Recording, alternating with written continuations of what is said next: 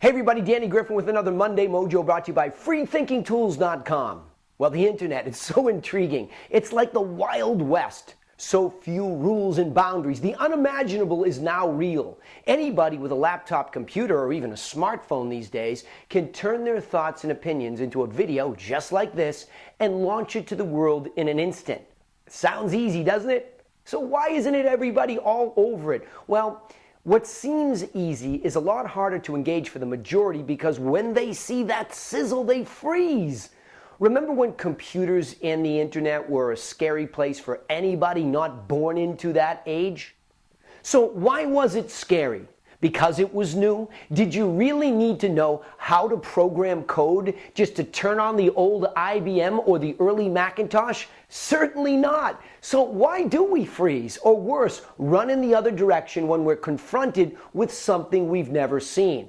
And worse, why do we credit the early developers and adopters with having some certain genius that of course we don't have?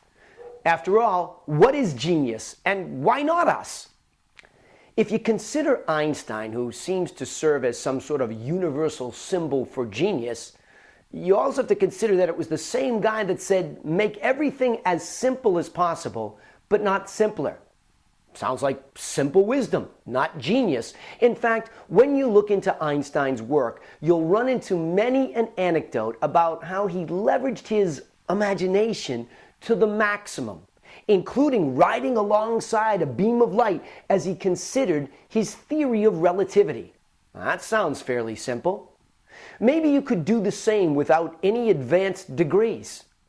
Well, similarly, I'm fascinated by the internet and have a blast figuring out how things work. Yet, rather than throw the word genius around, I study the person and what they're doing. And I always start by assuming that what they're doing is simple. And then I go to work on discovery. You can believe, yes, that frustration shows up quickly because I too have become accustomed to all this instant gratification, get it now.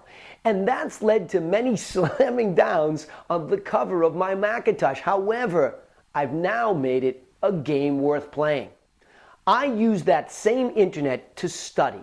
If it's something I really need or want to know, then I just roll up my sleeves and go to work. Hard work, that is, the kind a farmer might be used to. As the time passes, suddenly there are these big ahas and eureka moments that come with the discovery of some simple truth where I say out loud, that's how they do it. That's so easy. I can do that. By the way, that happened at the Mac store just this week.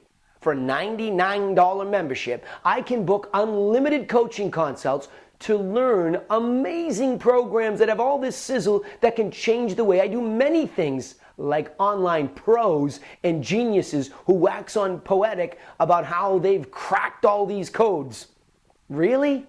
So, where's the motivation in all of this, you ask? Well, hello, you are the genius. You don't need anything but that mega supercomputer you were born with. It doesn't matter whether you were born rich or poor, short or tall, and who cares what grades you got or what school you went to. That's history. In all things great and small, there's a foundation.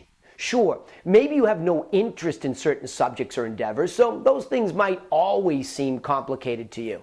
But the things that you really want to know about or achieve, all you have to do is remind the supercomputer that nothing's complicated right down at the roots. Hey, I'm Danny Griffin with another Monday Motivation brought to you by freethinkingtools.com. And I'm asking you, share these along if you don't mind. And please remember to comment here so that I can get back at you and we can all kick that supercomputer and that imagination into gear. I'll see you next time here on freethinkingtools.com.